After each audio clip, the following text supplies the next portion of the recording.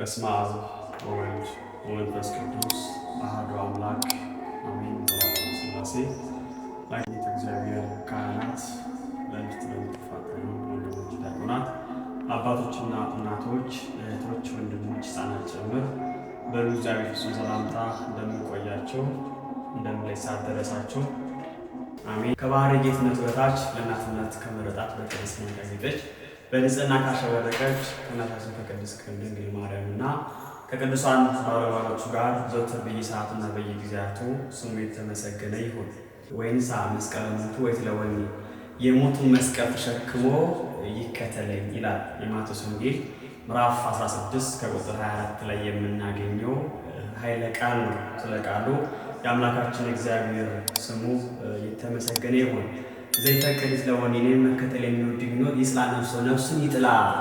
ወይንሳ መስቀለ ሞቱ ወይትለወኒ፣ የሞቱንም መስቀል ተሸክሞ ይከተለኝ ይላል። እንግዲህ ነፍሱን ይጥላ ብሎ አስቀድሞ ስለ መከራ መስቀል ያስቀምጠው። መቼስ ሰው በዚህ ምድር ላይ ሲኖር ነፍሱን ሊወድ ነው። ነገር ግን ሰው ነፍስ ከስጋ ጋር የሚለይበትን መከራ ይውደድ፣ ነፍስና ስጋውንም በአንድነት ልግዛ ብሎ አይዝጋ ያስብ ይላል። እንግዲህ ብዙዎቻችን እንደምናውቀው መስቀል በቤተክርስቲያናችን ውስጥ ሰፊውን ቦታ ይዞ የሚገኝ ነው። እኛ የሰው ልጆች በአጠቃላይ ከተፈጠርንበት አብይ ዓላማ ጋር አንድ አድርገን ልንገነዘበውና ልንረዳው የሚያስፈልግ ነገር ነው። ምክንያቱም እግዚአብሔር አምላክ የሰው ልጅ እንደ ሽመል መልምሎ እንደ ሸፈፍሎ በዚያ ባሪያ አምሳል ሲያበጀው እንዲኖር ነው። አሁን ጌታችን የሰው ልጅ ለማዳን ነው በዚህ ምድር የመጣውና በሌላ አገባብ ወይን አገላለጽ እኛ የተወለድነው ለመኖር ነው፣ ጌታ የተወለደው ግን ለመሞት ነው። ምክንያቱ ደግሞ የሰው ልጅ የተፈጠረበትን አብይ ዓላማ ረስቶ ጸበለስን ቆርጦ በልቶ እግዚአብሔር ያል ጌታውን ርስት ገነትን ልጅነት ያጸጋችሁን አጥቶ የተሰደደውን የሰው ልጅ ለቀደመ ክብሩ ሊመልሰው በሞት እንዳይጠፋ ስጋ ለብሶ ሰው ሆነ ከድንግል የተወለደው ሊሞት ነው። በመስቀል ሞት እንዲሞትም የተገባ ሆነ ይላል። እንደውም እንዲህ ይላል፣ መስቀልስ ስለ እርሱ ሞትን የገደለበት የጦር አውድማ ነው። ማቴዎስ ቤተክርስቲያን ብርሃን ቅዱስ ጳውሎስ በፊልጵስዩስ መልእክቱ ምዕራፍ 2 ቁጥር 8 ላይ በምስሉ እንደሱ ተገኝቶ ራሱን አዋረደ ይላል። ትሕትናውን ሲገልጽ ነው። በሞቱም በመስቀል ሞት እንዲሞት የተገባ ሆነ ይላል። እንደውም እኮ በሞቱ ሞትን ሊያጠፋ የመረጠው መንገድ ለዚህ ፍጥረት ያልሆነ በሰው እጅ ያልተተከለ ልዩ ስራ የተፈጸመበት የቅዱስ መስቀል። በዚህ ቅዱስ መስቀል 3 ዋና ዋና ነገሮች ተከናውኖበታል። የመጀመሪያው ዕዳ ደብዳቤያችን ተደምስሶበታል። ሁለተኛ ደግሞ ጥንት ጠላታችን የነበረው ዲያብሎስ ከኛ ርቆበታል። በሶስተኛ ደረጃ ደግሞ የሰው ልጅ ወደ እግዚአብሔር ቀርቦበታል። ምክንያቱም ሰውና እግዚአብሔር እንዳይገናኝ በመካከል ድልድይ ገነባ የነበረው ዲያብሎስ ነው። ለዚህ ነው ብርሃኑ ቅዱስ ጳውሎስ በኤፌሶን መልእክቱ ምዕራፍ 2 ቁጥር 15 ላይ እሱ ሰላማችን ነውና ሁለቱን ያዋሃደ በአዋጅ የተነገሩትንም የትእዛዛት ሕግ ሽሮ በመካከል ያለውን የጸብ ግድግዳ በሥጋ ያፈረሰ ሰላምን ያደርግ ዘንድ ጥልን በመስቀሉ ገድሎ በእርሱ ከእሱ ጋር ያስታረቅ ዘንድ ነው። በእርሱ ከእሱ ጋር የምንታረቅበት ነው። ምክንያቱም እኛና እግዚአብሔር እንዳንስማማ በመካከላችን የጸብ ግድግዳ ይገነባ የነበረው እንተዛራቻችን ዳርስ። ይህንን አስከትሎ ይቀጥልና ቅዱስ ጳውሎስ እንዲህ ብሎ ይናገራል። እኛ ላይ የነበረውን የሚቃወመንን የዕዳ ጽሕፈት ደመሰሰው፣ እርሱን በመስቀል ጠርቆ አስወግዶታል ይላል። እሱን ያለው ዲያብሎስ ነው። ዲያብሎስ ከእኛ መንገድ ከሕይወታችን እንዲወጣ ያደረገው የቅዱስ መስቀል ነው። ይህን አያይዞ ነው ቅዱስ ኤፍሬም እንዲህ ይላል፣ ወነሰተ ምክሩ ለጸድዕ፣ የጠላትን ምክር አፈረሰበት። ወሰጠጠ መጽሐፈ ዳዊት ለአዳም ወለሔዋን፣ የአዳምና የሔዋንን ስመ ግብርነታቸውን ደመሰሰ።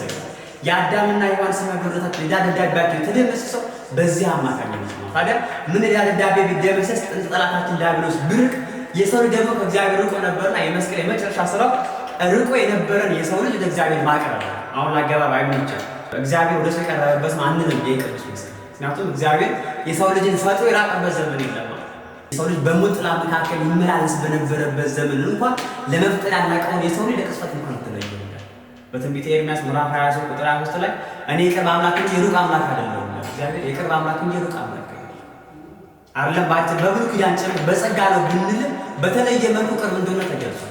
በአዲስ ኪዳን ግን በኩነት ከእመቤታችን ከስጋዋ ስጋ ከነፍሷ ነፍስ ነስቶ አምላክ ወደ ሰው ሰው ወደ አምላክም ከመቅረቡ ከዚህ በላይ ምንም ማረጋገጫ የለም።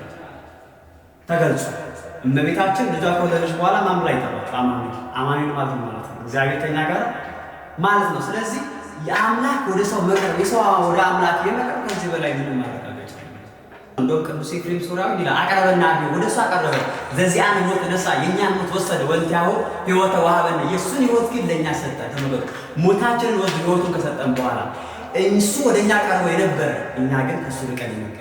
በዚህ እኮ ነው ታላቁ ሊቅ ቅዱስ ዮሐንስ አፈወርቅ በመጥምቀ መለኮት ቅዱስ ዮሐንስ ወንጌል ክፍል ትምህርት ሲጀምር መጻው ተዚያ ወደ ገዛ ወገኖቹ መጣ ወዲያው እነሱ ግን አልተቀበሉትም ነበር።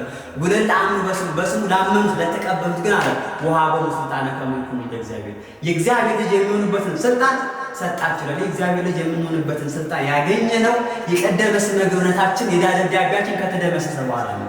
የባርነት ስማችን ጠፍቶ የልጅነት ስም ካገኘን በኋላ በቀርቦ በመሩካ ተጽፎ የነበረው ስማችን የባርነት ስም ጊዜያዊ የሚሻር ስም ነው። በኋላ ባለው በድነት አርማችን በቅዱስ መስቀሉ በክርስቶስ ደም የተጻፈው ስማችን ግን የልጅነት ስማችን። እዚህ ባለፈ እንግዲህ መስቀል ከቤተክርስቲያናችን ጉላት አንስቶ እስከ ምዕመናን ንቅሳት ድረስ የድል ምልክት ሆኖ የሚገለጽ ነው። ካህናት አባቶቻችን ህዝቡን በእጃቸው ይዘው የሚባርኩበት፣ ምዕመናን ደግሞ በአንገታችን ላይ ይዘን ነፃ መውጣታችን የምንሰብክበት፣ ድል ማድረጋችንን የምንገልጽበት ምልክታችን። ከዚህ ባለፈ በእጃችን እያመሳቀል ጠላታችን ድል የምነሳበት ቅዱስ መስቀል ጌታችን በስጋው ተቆራሽነት በደሙ ፈሳሽነት የቀደሰው ነዋይ ስለሆነ እኛም ደግሞ ቅድስናን ገንዘብ የምናደርግበት ነው። ቅዱስ መስቀል በኦሪቱ የቤተ ምኩራብን ነዋያት እግዚአብሔር ሙሴን አንተ ትቀድሳቸዋለህ ብሎታል። ነዋያቱ ቅዱሰ ቅዱሳን ይሆናሉ፣ ያንተ ስራ መቀደስ ነው። ቅድስናን ግን ገንዘብ አድርገው እንዲያቱ የሚያጸናቸው እግዚአብሔር መንፈስ ቅዱስ ነው። ይህ ለብሉይ ኪዳን ነው። በሐዲስ ኪዳን ግን ቀዳሹ ቅድስና የባህሪ ገንዘቡ የሆነው ክርስቶስ በስጋው ተቆራሽነት በደሙ ፈሳሽነት የቀደሰው ነዋይ ነው ራሱ ማለት ነው። ለሁለቱ ፍጥረታት ጽባተ ፈጣሪ አይደለም። ለነዚህ ለሁለቱ ፍጥረታት እግዚአብሔር በሰጠን ምስጋና እንድናከብራቸው ታዟል። የመጀመሪያ እናታችን እመቤታችን ቅድስት ድንግል ማርያም፣ ሁለተኛ ደግሞ ቅዱስ መስቀል። እነዚህ በእውነት በስጋ የተገለጠባቸው ስለሆነ ከዚህ በመቀጠል በመጽሐፍ መስቀል ተብሎ የተገለጸው መከራ ነው። መከራ እንግዲህ መከራ ስንል ጌታችን መድኃኒታችን ኢየሱስ ክርስቶስ ስለ ዓለም ሁሉ ስለ ሰው ልጅ መዳን አንዲት መከራ ተቀብሏል። በዛ ፍጥሯን ሁሉ ደግሞ እንደዳን እናምናለን በእውነት። ነገር ግን እሱ መከራ መስቀል ተሸክሞ እንዳለፈ እኛም በኑሮ ዕቅዳችን በሕይወታችን ምኞታችን ሀሳባችን ሊሆን የሚገባው እሱ መከራ መስቀል ተሸክሞ እንዳለፈ እኛም ደግሞ ያንን መከራ መስቀል ተሸክመን እንድንከተለው የመከራ መስቀሉ ጉዞ ይሄ። ቅዱስ ጳውሎስ በዕብራውያን መልእክቱ ምዕራፍ 13 ቁጥር 12 ላይ ስለዚህ ኢየሱስ ደግሞ ይላል በገዛ ደግሞ ሕዝቡን እንዲቀድስ ከበር ውጭ መከራን ተቀበለ። ከበር ውጭ ያለው ከኢየሩሳሌም በአፋ በምትሆን በቀራንዮ ኮረብታ በመካነ ጎልጎታ በማይከለ ከለፊያን እንደ ብራና ተወጥሮ ስለ ሰው ልጆች ሁሉ መዳን መከራ ተቀበለ። ከድጦ ስራ እስከ ቀራንዮ ድረስ እርጥብ እንጨት አሸክመው እያዳፉት እየጣሉት እያነሱት እየተዘባበቱበት በቁጣ እየጎተቱ እሱ በፍቅር መከተሉ እሱ አንድ መከራ ተቀብሎናል ብለን እኛ እንድንቀመጥ አይደለም። ለዚህ ነው አንደኛ ጴጥሮስ ምዕራፍ 1 ላይ የተጠራችሁ ለዚህ የተጠራነው ለዚህ ነው። እሱ መከራ ተቀብሎናል ብለን እንድንቀመጥ አይደለም። እሱ ጾሞልናል ብለን እኛ እንድንበላ አይደለም። የተጠራንበት ዋና ዓላማ ለዚህ ነው። ክርስቶስ ደግሞ ይላል ክርስቶስ ደግሞ ፍለጋውን እንድትከተሉ ምሳሌውን ትቶላችሁ ስለእናንተ መከራ ተቀብሏል። የተወለደ ምሳሌ የተወለደ ፍለጋ በመከራው እንድንመስለው ነው። ለዚህ እኮ ነው ቅዱስ ጳውሎስ እንዲህ ይላል በሮሜ መልእክቱ ምዕራፍ 6 ቁጥር 5 ላይ ሞቱን በሚመስል ሞት ተባበር ትንሣኤውን በሚመስል ትንሣኤ እንተባበራለን። እያንዳንዳችን በመከራ ክርስቶስን መስለን ልንኖር ዘንድ ያስፈልጋል። ለዚህ ደግሞ ጌታችን ራሱ ተናግሯል። በሉቃስ ወንጌል ምዕራፍ 9 ቁጥር 23 ላይ ለሁሉም እንዲህ አላችሁ ይላል ከኋላዬ ሊመጣ የሚወድ ቢኖር ራሱን ይካድ መስቀሉንም ዕለት ዕለት ተሸክሞ ይከተለኝ። መስቀል ይባላል ነበር። መስቀሉ ማለት እያንዳንዱ ሰው ለመከራ የሚገዛበት ወቅት ሳይኖረው ዕለት ዕለት በቀንም በማታ መከራ መስቀሉን ተሸክሞ ይከተለኝ ይላል። እያንዳንዱ ሰው ለራሱ የሚሸከመው ሸክም እንዳለ እያሰብን እያንዳንዳችን የምንሸከመው ሸክም አለ። ለዚህ ነው ቅዱስ ጳውሎስ በገላትያ መልእክቱ ምዕራፍ 6 ቁጥር 5 ላይ ወኩሉ ያመክር ምግባሩ እያንዳንዱ የራሱን ስራ ይመርምር እስመ ኩሉ ጾሮ ይጸው እያንዳንዱ የራሱን ሸክም ይሸከም።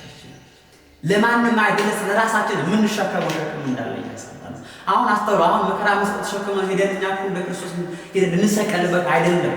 ነገር ግን አሳልፈን ፈቃደ ስጋችንን ምድራዊ ፍላጎታችን የምንሰቅልበት ነው። መከራ መስቀል ተሸክሞ ይከተለኝ ማለት ባል የሚስቱን አመል ባህሪ ችሎ ከኖረ ይህ መከራ መስቀል መሸከም ማለት ነው። ሚስት የባሏን ጸባይ ባህሪ ችላ መኖር ይህ መከራ መስቀል መሸከም። ስለዚህ ምድራዊ ፍላጎታችን የሥጋ ፈቃዳችንን አሳልፈን የምንሰቅልበት መከራ መስቀሉ መሸከም። ለዚህ ነው ብርሃኑ ቅዱስ ጳውሎስ በገላትያ መልእክት ምዕራፍ 5 ቁጥር 24 ላይ የክርስቶስ ኢየሱስ የሆኑት ሥጋን ከክፉ መሻቱና ምኞቱ ጋር ሰቀሉት። ስለዚህ በመስቀላችን ምድራዊ ፈቃዳችንን ፍላጎታችንን አሳልፈን የምንሰቅልበት ነፍስ ከሥጋ ተዋህዶልን እንደምንኖረው ሁሉ እምነት ከምግባር ተዋህዶልን እግዚአብሔርን በስቃይ በችግር በሕማም በሐዘን እንዲህ ባለው በነፍስና በሥጋ ምድረ ገሃነምን ጣዕመ መንግሥተ ሰማያትን እየተዘከርን የምንጓዘው ጉዞ ነው። የክርስትና እያሰብን የምንጓዘው። ስለዚህ በዚህ መልኩ ፈቃደ ሥጋችንን አሳልፈን መስቀል ያስፈልጋል። ብዙ ሰዎች ፈቃደ ሥጋቸውን አሳልፈን መስቀል የሚከብዳቸው ሰዎች አሉ። ጌታ የሚያጋጠመ አንድ ታሪክ አለ። ፈቃደ ሥጋውን ምድራዊ ፍላጎትን አሳልፎ መስቀል ይከብዳል። አንድ አጠር ታሪክ ያለ ታሪክ እንመልከት። በማርቆስ ወንጌል ምዕራፍ 10 ቁጥር 17 ላይ እርሱም በመንገድ ሳለ ይላል እርሱ ያለው ጌታ ኢየሱስ ነው። አንድ ባለጸጋ ሰው ወደ ጌታ ቀርቦ ተንበረከከለትና እንዲህ አለው ይላል ኦ ሊቅ ምን ታግበ ሰናያት ከመ ርእስዮ ተዘላለም ቸር መምህር ሆይ የዘላለም ሕይወት ወርስ ዘንድ ምን መልካም ነገር ላድርግ አለ። ለምን ትትብለን ሄድ አልቦ ሄደን በላህ እግዚአብሔር ስለምን ቸር ትለኛለህ? ከአንዱ ከእግዚአብሔር በቀር ቸር የለም አለው ይላል። ይህ ሰው ባለጸጋ ሰው ነገር ግን በምድር ላይ በጣም ብዙ ሰዎች ቢያከብሩትም በእግዚአብሔር ችሎት ፊት የሚከብርበትን ነገር ሽቶ በጌታ ፊት በከንቱ ውዳሴ ቀረ። ብዙ ሰዎች አሉ በልባቸው ቂም በቀል ይዘው በአንደበታቸው ግን መልካም የምስራች ይዘው የሚመስሉ ሰዎች በአፋቸው መሳምን እየሳሙ ኋላ ግን አሳልፈው ለመስጠት ገንዘብ በልባቸው የሚቋጥሩ ልክ እንደ ወዳጅ ያሉ ሰዎች ወዳጃችን መስሎ ቤተሰባችን መስሎ አሳልፈው ግን እኛን ለመቅበር ጉድጓድ ለእኛ የሚቆፍሩ ብዙ ወዳጆች እኮ አሉ። ሕይወታችንን ለማበላሸት እንዳናርግ ወታችን እንድንቀር የሚፈሰዋል ወዳጅ መስሎ ይህ ሰው ሰርሎት ይለኛል ባመሰግነው ያመሰግናል። ክብሩን በሰዎች ፊት ብመሰክር የኔንም ክብር በሰዎች ፊት ይመሰክርኛል ብሎ ነው ያሰበው። ጌታ ግን ሌላ ትምህርት አስተማረ። ትእዛዛትን ታውቃለህ፣ አትስረቅ፣ አትግደል፣ አታመንዝር፣ እናት አባትን አክብር፣ የእግዚአብሔር ስም በከንቱ አትጥራ፣ ከኔ ከአምላክ በቀር ሌላ አምላክ አይሁንልህ፣ የሰንበት ቀን ትቀድስ ዘንድ አስብ፣ በሐሰት አትመስክር፣ ባልንጀራህን እንደ ራስህ ውደድ፣ የባልንጀራህን ንብረት አትመኝ እያለ አስም ትእዛዝ መከረ። ያም ሰው መለሰና እንዲህ አለ ጌታ ሆይ እነዚህ ነገሮችማ ከልጅነት ጀምሬ ጠብቄያቸዋለሁ፣ በሌን ካረክማ ትወደዳለህ አለና ወደደው። በአንድ ነገር ይቀራል፣ በሂድና ያለ ንብረት ሁሉ ሽጥ፣ ለድሆች ስጥ፣ መስቀሉን ተሸክመህ ተከተለኝ፣ በሰማይ መዝገብ ታገኛለህ። ይህ ሰው ግን ስለዚህ ነገር ፊቱ ጠቆረ ይላል። ብዙ ገንዘብ ነበረውና እያዘነ ወደ ቤቱ ተመለሰ። ብዙ ሰዎች እነዚህ ናቸው የዓለም ሸክም የከበዳቸው ፍቅር ነው ገንዘብ ምድራዊ ፍቃዳችን ምድራዊ ፍላጎታችን ይበልጥብናል ብለው ከእግዚአብሔር ዓለም ነፃነት ነፃ የሆኑ ሰዎች አሉ። የሚልቁ የሚሸሹ ሰዎች አሉ ምድራዊ ፍላጎትን ብቻ ለማሳካት። እነዚህ ነው ጌታ በማርቆስ ወንጌል ምዕራፍ 11 ቁጥር 28 ላይ እናንተ ሸክማችሁ የከበደ ወደ እኔ ኑ እኔ አሳርፋችኋለሁ ይላል። እናንተ ሸክማችሁ የከበደ የዓለም ሸክም የከበዳችሁ ፍቅር ነው። ገንዘብ መውደድ ማለት ከሶስቱ አርዕስተ ኃጣውእ ወይ ደግሞ ሶስቱ የኃጢአት አበጋዞች ከሚባሉት ውስጥ አንዱ ገንዘብ መውደድ፣ ስስት፣ ትዕቢት፣ ፍቅረ ነዋይ። ገንዘብ መውደድ እነዚህ የሰው ልጅ እግዚአብሔርን ለመበደል ከሚራመዳቸው እርምጃዎች የመጀመሪያው መንስኤዎች ናቸው። በሶስቱ ነገሮች ላይ ተጠቅመን ሰላም ይችላል። በዋናነት የከበደው ሸክማችንን ሳይቆጥር እስከነ ሸክማችን የሚጠራን። አሁን ለብዙዎች ለመናገር ሸክማችን በጣም ከባድ ነው፣ ሲከብደን ድረስ አለ የምናስበው። ግን አሁን ይሄ በዓለም ያላችሁ ሸክም ትታችሁ ኑ እዚህ በስጋ መከራ ተቀበሉ፣ ስለ ዓለም አታስቡ የሚለው የወንጌል የምስራች ለስጋ ድካም ነው። ምክንያቱም ማንም በስጋ መከራ መቀበል አይፈልግም። በስጋ መከራ መቀበል ግን ተቀበል። ለዚህ ነው ሊቀ ሐዋርያት ቅዱስ ጴጥሮስ በመጀመሪያ ክታቡ ምዕራፍ 4 ቁጥር 2 ላይ በስጋ መከራ የተቀበለ ኃጢአትን ትቷል። በስጋ መከራ ስንቀበል ኃጢአትን እንቀበል። በስጋ መከራ የተቀበለ ሰው ኃጢአትን የተወሰው በደልን ያስቀረሰው ቂምን ያስቀረሰው ክፋትን ያስቀረሰው ደግሞ እግዚአብሔር መንግስት የሚገኝ እንዲህ ባለ በምድር ላይ ስንኖር ዋና ዓላማችን መልካም ስራ ሰርተን ምግባር ከሃይማኖት ተዋህዶልን የእግዚአብሔር መንግስት ነው። የእግዚአብሔር መንግስት ለመውረስ ደግሞ ሰው እምነት ከምግባር ተዋህዶልን እንዲህ ባለው መከራ መስቀሉን ተሸክሞ ጌታ መስሎ ሊከተል ያስፈልጋል። አባቶቻችን ይህንን ህይወት ኖረውታል። መከራ ከነሱ እንዲርቅ እንኳን አይፈልግም። በሐዋርያት ሥራ በዚህ በምዕራፍ 14 ቁጥር 22 ላይ ሲገረፉ አላዋን መከራ ሲያጽኑባቸው ሲያሳድዷቸው እነሱ ደስ እያላቸው እየተመለሱ እንደዚህ ነበር በብዙ ጻማ ወደታ ማንሆን ከመንባው ሰምንስ እግዚአብሔር የእግዚአብሔር መንግስት የሚገኘው በብዙ ስቃይ መከራ እንግልት ነው እያሉ ደስ እያላቸው እየተመለሱ መከራ ይቀበሉ ደስ ብሏቸው የእግዚአብሔር መንግስት የሚወረሰው ብዙ ሰዎችማ ጌታ በተሸከመው መስቀል በደረሰበት መከራና እንግልት እንዲጸድቁ የሚመስላቸው በጣም ብዙ ደካማ ሰዎች አሉ። የእግዚአብሔር መንግስት የሚወረሰው ግን በብዙ መከራ ነው፣ በመብልና በመጠጥም አይደለም።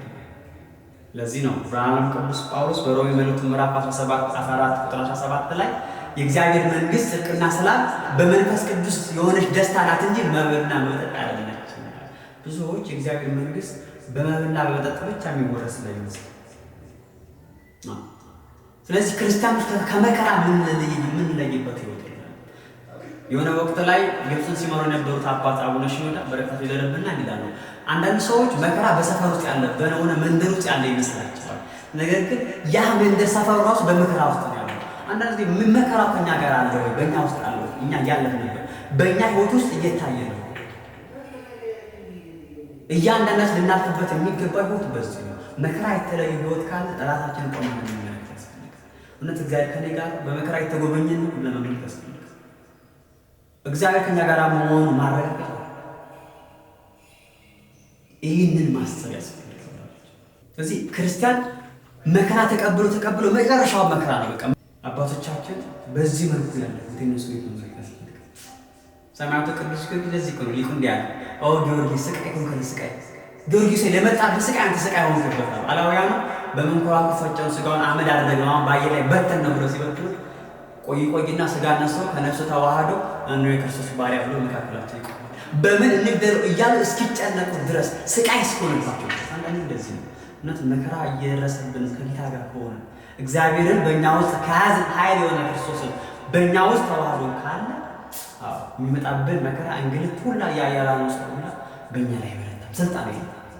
ምንም ይመስል በምን እንግደለው እስኪጨነቁ ቅዱሳን ይሁኑ መከራ ከነሱ እንግዲህ መከራ ይርቀም ጻድቃን ወይ ጻድቃን ይርቀም ምን መከራ ከቅዱሳን አይርቀም። ቢርቅ እንኳን እነሱ ወደ መከራ ቀርበው የሚያገኙትን ሽልማት ዘውድ ክብር ያውቃል። ስለዚህ አይፈለግም እንዲርቃቸው አይደለም በደረጃ ለዚህ ነው በዚህ በሰይፈ ሥላሴ ጸሎት ሐሙስ የሚጸለየው ላይ እንዲህ ይላል።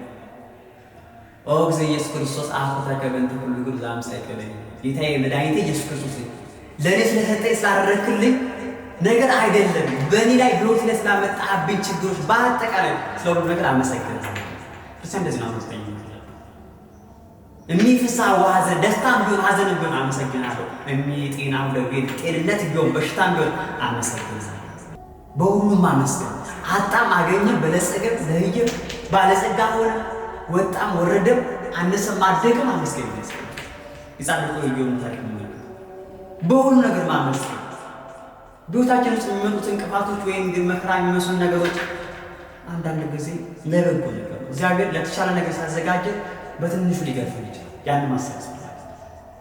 እያንዳንዱ መልካም ነገሮች ጥሩ ስኬቶች በህይወታችን ዝም ብሎ አልጋ ባልጋ አይመጡ። የምናልፋቸው ጠባብ መንገዶች አሉ። ለህይወት ሊከብዱ በሚችሉ መልኩ ለእኛ ከአቅማችን በላይ እስኪመስለን ድረስ የሚከብዱ ይኖራሉ። በዛ ውስጥ ማለት ግን ግዴታ የክርስቲያን ህይወት ነው የሚገባው። ጻድቁ ነው የሚተገዙ ተፈትኗል አይደል? በሱ ልክ አሁንነት መከራ ይደረሰበት ተፈትኗል አይደል? ልጆቹን አጣ፣ ሞቱበት፣ ቤተሰቡን አጣ፣ ከብቶቹ ሞቱበት፣ ንብረቱን አጣ። ከዛም በኋላ ቤቱ ተቃጥሎበት ከቤት ወጥቶ ጉዳና እስኪወድቅ ድረስ ሰውነቱ ተልቶ ፀሐይ ተፈራርቆበት ዝናብ ተፈራርቆበት እስኪተላ ድረስ ሰዎች እስኪጠየፉ ድረስ በማግስቱ ጊዜ ኢዮብ እንዴት አደረሰት እግዚአብሔር ወንዴት ዋልኩ እግዚአብሔር በሁሉ ነገር አመስጋኝ ነው። እንዴት ዋልኩ እግዚአብሔር ምን የምታመሰግነው አሁን ሁሉን አሳጥቷል፣ ምንም የለም። ስለዚህ እግዚአብሔር ስለሆነ ነው ትላችሁ ካዶና ነው። ኢዮብ ግን መልሱ ምንድን ነው? እግዚአብሔር ሰጠ፣ እግዚአብሔር ስለ ሁሉም ነገር ስላገኘ ነው ስላጣ ነው ቢወታችን ስለመጣው ስለቀረው ነገር ማን ይመስላል? እግዚአብሔር ሰጪው ነሹ እግዚአብሔር ስለዚህ ለዚህ እኮ ነው ብርሃነ ቅዱስ ጳውሎስ በሮሜ መልእክት ምዕራፍ 8:18 ላይ ለእኛ ይገለጽ ዘንድ ካለው ክብር ጋር ቢመዛዘን ይላል የአሁን ዘመን ስቃይ ችግር ምንም እንዳይደለ አስባለሁ። ዛሬ መስቀሉን ስንመለከት የተሰቀለውን ክርስቶስ ነው የምናስበው፣ የተከፈለውን ዋጋ ነው የምናስበው። ሞታችንን በሕይወት ያበዛል ይተካል። መቃብራችንን በተስፋ በትንሣኤ ደጅ ጠንተን በክርስትና እንድንኖር የተከፈለ ዋጋ ነው። ስለዚህ ከመስቀሉ የራቀ ነውና ከክርስቶስ የራቀ ነው። እግዚአብሔር ባወቀ ሁሉም ነገር እንድናስብ በሰውነታችን ውስጥ በተፈጥሮ ስርዓቶች ውስጥ የተሰሩ ስርዓቶች አሉ። እግዚአብሔር ባወቀ ቀድሞ በሰውነት ውስጥ የተሳሰቡ የነበሩ ሳይንስ ዛሬ ወርዶ ሞለኪውላር ሌቭል ላይ ጥናት የሚያጠና ላሚን የሚባል ላሚን ማለት ኤክስትራ ሴሉላር ማትሪክስ ውስጥ የሚገኝ ሴሎች ከሴሎች የሚገናኙበት ፕሮቲን ፊንገር ፕሪንት ኦፍ ዘ ክሬተር ይባላል። ይህ በሳይንስ ውስጥ ፈጣሪያችን እግዚአብሔር ሲፈጥረን አንዱ ሴል ከአንዱ ሴል የሚያያይዘው በዚህ ላሚን ነው። ይህ ላሚን ደግሞ የመስቀል ምልክት ያለው ትምህርተ መስቀል የመስቀል ምልክት ያለው። ስለዚህ በተፈጥሮ ጥንቱን ገና ስንፈጠር እያንዳንዱ ስሜት ሕዋሳቶች በሰውነታችን ውስጥ ያሉት የስሜቶቻችን መናኸሪያ በአጠቃላይ አንዱ ዘረመል ከአንዱ ዘረመል የተያያዘው በዚህ ላሚን ነው፣ በዚህ በመስቀል ምልክት። ስለዚህ ይህ ዳይናሚክ የሆነ በተፈጥሮ ሂደት ውስጥ የሰው ልጅ ከራስ ፀጉሩ እስከ እግር ጥፍሩ ድረስ በዘረመሎቹ ተገነባል። ስለዚህ ይሄ ዘረመሉ አንዱ ዘረመል ከአንደኛው ዘረመል የሚያያዘው በዚህ ላሚን በዚህ በትምህርተ መስቀል ምልክት ከግራ ቀኝ ያያያዘው እግዚአብሔር በዚህ ላሚን በመስቀል ምልክት በትምህርተ መስቀል አያይዘው እሱ ባወቀ። ስለዚህ ይሄንን እግዚአብሔር በውስጣችን አትሞላል። ይሄንን አሁን ለክርስትና የቀሩት አንዶች ብቻ የሚናገሩት እንደ አጠቃላይ ሁሉ የሚስማ ይታወቀ በውስጣችን ያለ በቃ በአጠቃላይ ፊንገር ፕሪንት ኦፍ ዘ ክሬተር በቃ ሰሉ እኔ ነኝ የሰራኋችሁ ብሎ ለሚፈሩት ሰዎች የሰጣቸው ምልክት ይህን በውስጣችን ተሸክመን ነው ምናምን ይህን ዘነው ልበ አምላክ ቅዱሳን እዚህ ነው እንዲህ ብሏል። ወረስታው ትምህርተ ዘያይ ነው የማያውቁትን ምልክታቸው አደረጉ። ማናውቀው ምልክት ውስጣችን ተሸክመን ነው የምንዞረው። የሰው ልጅ በአንጻሩ እንኳን የመስቀል ምልክት ነው አይደል? ይሄ መስቀል ይገርማል። ከ25 በላይ ሀገራት ሰንደቅ ዓላማቸው የመስቀል ምልክት አለ። ነገር ግን መስቀል ወይ መስቀልን የማያውቁ የመስቀሉ ጠላት የሆኑ ኤቲስቶች የበዙበት ዘመን ያለው ብዙዎች ለዚህ መስቀል የማይገዙ እዚህ መከራ መስቀሉን ተሸክመን እንድንከተለው ያስፈልጋል። እንግዲህ መከራ መስቀሉን ተሸክመን አምላካችን በክብረ መንግስቱ በክብረ ምጽአቱ በተገለጠ ጊዜ ከቅዱሳኑ መካከል እኛንም ተመልክቶ እናንተ አባቴ ብሩካን ዓለም ሳይፈጠር ቀድሞ የተዘጋጀላችሁን መንግስቴን ውረሱ የሚለውን ቃሉን እንዲያሰማን የእሱ መልካም ፈቃድ ይሁን። ወይንሳ መስቀለ ሞቱ ወይትለወኒ የሞቱን መስቀል ተሸክሞ ይከተለኝ። የማቴዎስ ወንጌል ምዕራፍ 16 ቁጥር 4 ያስተማረን የመከረን የአባቶቻችን አምላክ ወልደ ባሕርይ ቅዱስ እግዚአብሔር ስሙ የተመሰገነ ይሁን። ይቆያል።